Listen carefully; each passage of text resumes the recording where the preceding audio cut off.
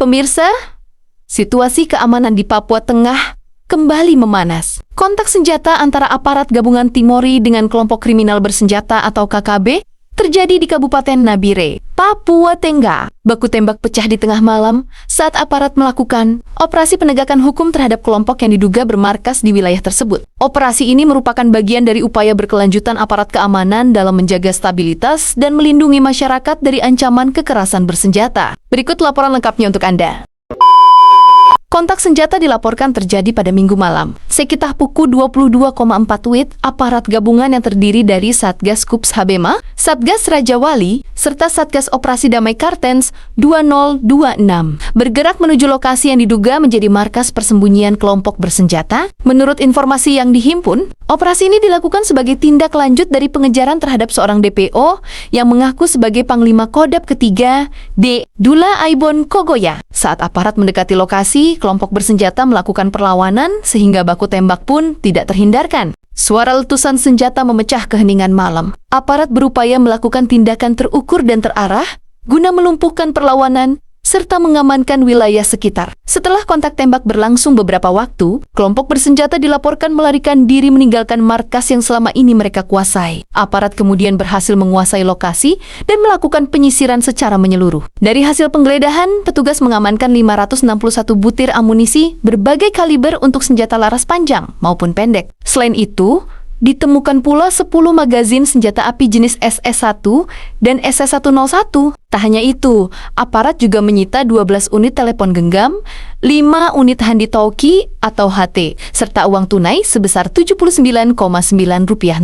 Barang-barang tersebut kini diamankan sebagai barang bukti untuk kepentingan penyelidikan lebih lanjut. Temuan lain yang menjadi perhatian adalah 2 unit telepon genggam yang diduga milik korban aksi kekerasan sebelumnya. Satu di antaranya diduga milik anggota Brimob Batalion C yang gugur dalam penyerangan tahun lalu. Sementara satu lainnya diduga milik petugas keamanan dalam kasus pembakaran pos pengamanan PT Kristalin di Nabire beberapa waktu lalu. Kasatgas Humas Operasi Damai Kartens 2026, Kombes Yusuf Sutejo, menegaskan bahwa langkah penindakan ini merupakan bentuk kehadiran negara dalam menjamin keamanan masyarakat. Menurutnya, pengejaran terhadap para pelaku akan terus dilakukan hingga mereka mempertanggungjawabkan perbuatannya sesuai hukum yang berlaku. Aparat juga memastikan setiap langkah penegakan hukum dilakukan secara profesional dan terukur. Sementara itu, Kepala Operasi Damai Kartens 2026, Brigjen Faizal Ramadhani, mengimbau masyarakat untuk tetap tenang dan tidak mudah terpengaruh oleh informasi yang belum terverifikasi. Ia menekankan pentingnya menjaga kondusivitas wilayah